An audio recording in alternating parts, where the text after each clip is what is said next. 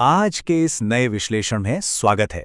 चलिए बिना देर किए आज के विषय की गहराई में उतरते हैं। आज की चर्चा इस बारे में है कि बिना सोचे समझे अचानक खरीदारी करने की उस जिद को कैसे रोका जाए। देखिए, अक्सर हम अपनी इच्छा शक्ति को दोष देते हैं कि मुझसे कंट्रोल नहीं हुआ, लेकिन आज हम अपनी कमियों को नहीं बल्कि ई कॉमर्स के उस बेहद स्मार्ट सिस्टम को मात देने पर बात करेंगे जिसे इस तरह से इंजीनियर किया गया है कि बस हमारे पैसे खर्च हो जाएं। जरा इस दृश्य की कल्पना कीजिए। मान लीजिए मंगलवार की रात के 11:15 बज रहे हैं। नींद आ नहीं रही है तो फोन पे बस ऐसे ही कुछ स्क्रॉल किया जा रहा है और तभी अचानक स्क्रीन पर एक बहुत ही शानदार गैजेट दिखता है जो शायद 5,000 रुपए का है। मजेदार बात यह है कि 5 मिनट पहले तक किसी को पता भी नहीं था कि दुनिया में ऐसी कोई चीज मौजूद है और बस एक पल में बिना किसी जरूरत या योजना के बाय नाउ पर क्लिक हो जाता है। सच कहूं तो ये एक ऐसा अनुभव है जिससे हम सभी कभी ना कभी जरूर गुजरे हैं, है ना? अब दिलचस्प बात यह है कि ये ई कॉमर्स वाले अपना जाल बिछाते कैसे हैं। आपने वो लाल रंग की सीमित स्टॉक की चेतावनी देखी होगी, या फिर वो काउंटडाउन टाइमर जो लगातार कम होता रहता है और अंदर एक बेचैनी पैदा कर देता है, और फिर पलक झपकते हो जाने वाली फेस आईडी चेकआउट की सुविधा। इन सब खरीदारी के बाद अक्सर पछतावा होता है, लेकिन सच मानिए बुरा महसूस करने की बिल्कुल जरूरत नहीं है, क्योंकि ये पूरा सिस्टम वैज्ञानिक रूप से इस तरह बनाया गया है कि ये इंसान के तार्किक दिमाग को पूरी तरह से बाईपास कर दे। ये कोई व्यक्तिगत हार नहीं है, ये उनकी एक बहुत ही सोची समझी व्यावसायिक रणनीति है। हकीकत यह है कि आज हम एक ऐसे डिजिटल माहौल में जी रहे हैं जिसे फ्रिक्शनलेस शॉपिंग यानी बिना रुकावट खरीदारी के लिए डिजाइन किया गया है। ये एक ऐसा इंटरनेट वातावरण है जहां एक हफ्ते भर के राशन का पैसा लिटरली महज 4 सेकंड में खर्च किया जा सकता है। अब ऐसे माहौल में जहां रास्ते में कोई रुकावट ही ना हो, वहां सिर्फ अपनी इच्छा शक्ति के भरोसे बैठे रहना एक बहुत ही कमजोर रणनीति है। अगर इस सिस्टम को हराना है तो हमें इनके काम करने के तरीके को समझना ही होगा। तो चलिए अब अपनी चर्चा के पहले भाग की ओर बढ़ते हैं, अचानक खरीदारी का गणित। आइए समझते हैं कि कैसे ये छोटे छोटे खर्च असल में बहुत बड़ा असर डालते हैं।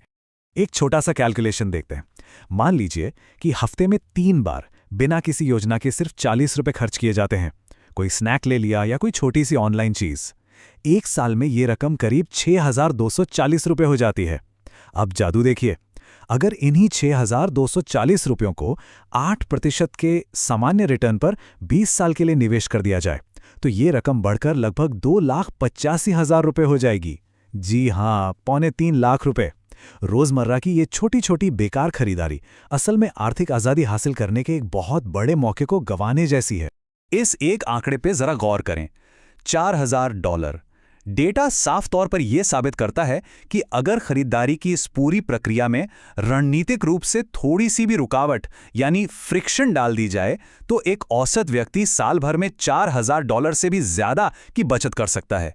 यह कोई मामूली रकम नहीं है, यह सोचने का नजरिया पूरी तरह से बदल देने वाला आंकड़ा है। लेकिन यहां एक बड़ा सवाल यह उठता है कि हमारा दिमाग इन चीजों के पीछे भागता ही क्यों है। चलिए दूसरे भाग में उम्मीद के मनोविज्ञान को डीकोड करते हैं।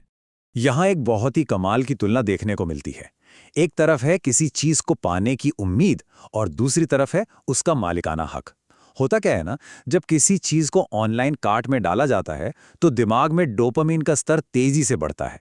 यही वो हाय या खुशी का एहसास है जो शॉपिंग करते समय मजा देता है। लेकिन जैसे ही ट्रांजैक्शन पूरा होता है और वो पैकेज घर आ जाता है, वो डोपामिन एकदम से धड़ाम से गिर जाता है। असल में असली खुशी उस चीज के मिलने में नहीं बल्कि उससे पाने की उम्मीद में छुपी होती है। तो फिर इसका सटीक समाधान क्या है? इसका जवाब छिपा है सिर्फ 2 शब्दों में, अभी नहीं। देखिए, अगर हम अपने दिमाग को सीधे नहीं कहते हैं तो वो बगावत कर देता है। दिमाग को ना सुनना बिल्कुल पसंद नहीं है। लेकिन अगर किसी खरीदारी को बस कुछ समय के लिए टाल दिया जाए तो पैसे खर्च किए बिना ही उस तात्कालिक इच्छा को शांत किया जा सकता है। बस खुद से यह कहना है कि हां, ये चीज चाहिए लेकिन अभी नहीं। अब समय आ गया है इस समस्या के सबसे व्यावहारिक समाधान को समझने का। हमारा तीसरा भाग है 72 घंटे का सिस्टम। ये एक अचूक 3 कदम वाली प्रक्रिया है जो जरूरत से ज्यादा खर्च करने की आदत को लगभग नामुमकिन बना देती है। पहला कदम एक वांट लिस्ट या चाहतों की सूची तैयार करना। दूसरा कदम खरीदारी के रास्ते में जानबूझकर रुकावटें डालना। और तीसरा कदम पूरे 72 घंटे तक इंतजार करना। चलिए इन्हें एक एक करके विस्तार से समझते हैं। यहां मुख्य उद्देश्य है भावनाओं के भंवर से निकलकर वापस लॉजिक यानी तर्क की ओर लौटना। पहले कदम में जब भी कोई ऐसी चीज खरीदने की तीव्र इच्छा हो जिसकी पहले से कोई प्लानिंग नहीं थी, तो तुरंत चेकआउट बटन दबाने के बजाय उसे अपने फोन के नोट्स ऐप में लिख लेना चाहिए। बस इतना सा करने से दिमाग अपनी उस भावनात्मक और उतावली स्थिति से बाहर आ जाता है और वापस तार्किक रूप से सोचने लगता है। दूसरा कदम और भी ज्यादा शक्तिशाली है। शॉपिंग ऐप से अपने सेव किए गए क्रेडिट या डेबिट कार्ड को हटा देना। जी हां, कार्ड की जानकारी डिलीट कर देनी चाहिए। इससे होगा ये कि अगली बार जब भी खरीदारी करने का मन करेगा तो अपनी आरामदेह जगह से उठना पड़ेगा, अपना बटुआ खोजना पड़ेगा और कार्ड के 16 नंबर मैन्युअली टाइप करने होंगे। ये जो 30 सेकंड की अतिरिक्त रुकावट पैदा होती है ना, वो हमारे सोए हुए तार्किक दिमाग को जगाने के लिए काफी होती है, ताकि वो ये पूछ सकें कि भाई क्या वाकई इस चीज की जरूरत है भी। जब 72 घंटे की वो प्रतीक्षा अवधि पूरी हो जाती है, तब हम इस अंतिम और सबसे महत्वपूर्ण मूल्यांकन चरण में आते हैं, जिसे हम प्रति रुपया खुशी का ऑडिट कहते हैं। इस आखिरी कदम में उस वस्तु का एक निष्पक्ष मूल्यांकन करना होता है। खुद से यह पूछना होता है कि यह चीज वास्तव में कितनी खुशी देगी और इसके बदले में आर्थिक कीमत क्या चुकानी पड़ रही है, यानी खुशी बनाम लागत। यकीन मानिए, इस बहुत ही सरल से सवाल के परिणाम अक्सर बेहद चौंकाने वाले होते हैं। यहाँ जो डेटा निकलकर सामने आता है वो सच में हैरान कर देने वाला है। 70% अचानक पैदा हुई इच्छाएं पूरी तरह से खत्म हो जाती हैं। बिल्कुल सही सुना आपने। 72 घंटे का इंतजार खत्म होने से पहले ही उस वस्तु को पाने की वो जबरदस्त चाहत भाप बनकर उड़ चुकी होती है।